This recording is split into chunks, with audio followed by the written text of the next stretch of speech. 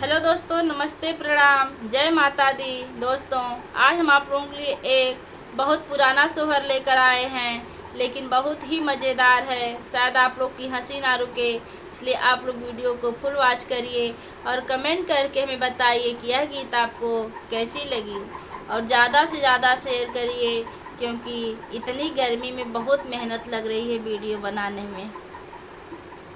धना तोहरऊ दिन नगी चाय बहिनिया न जाबई हो।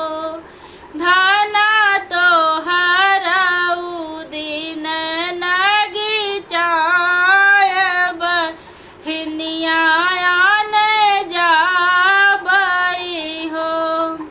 हमसे तो कही गई ने पियवा हाट जइबे, बाट जइबे, हटिया बाजार जइबे, लड़िकन के ननियौर जइबे, अपनी ससुरार जइबे, तोहरे नैहरे जइबे हो।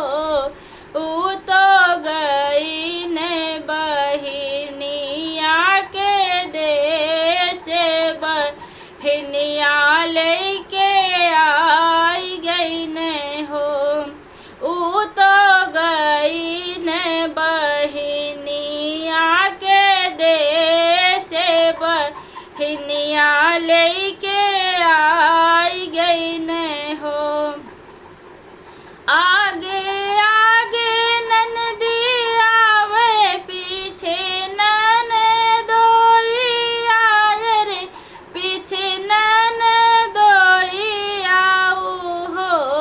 बहिनी उनके बिचवा छवठी छवनिया, तो घरा मोरा भरी गई न हो।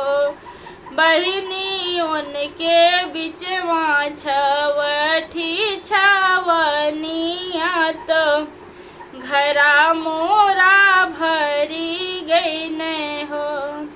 घरा में से धनिया निकली, डेवढ़ी धई के ठाढ़ भैनी, डेवढ़ी धैले ठाढ़ भैनी हो। राजा कवन कसूर हमसे भईन, नदिया लेके आई गईला हो। राजा कवन कसूर हमसे भईन, नदिया लेके आई गईला हो।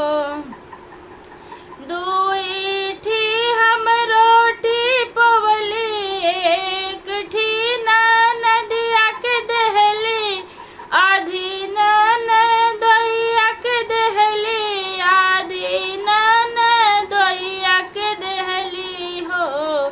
बहिनी आधी में से छवठी छवनिया, हमहू पियवा वैसे सवली हो।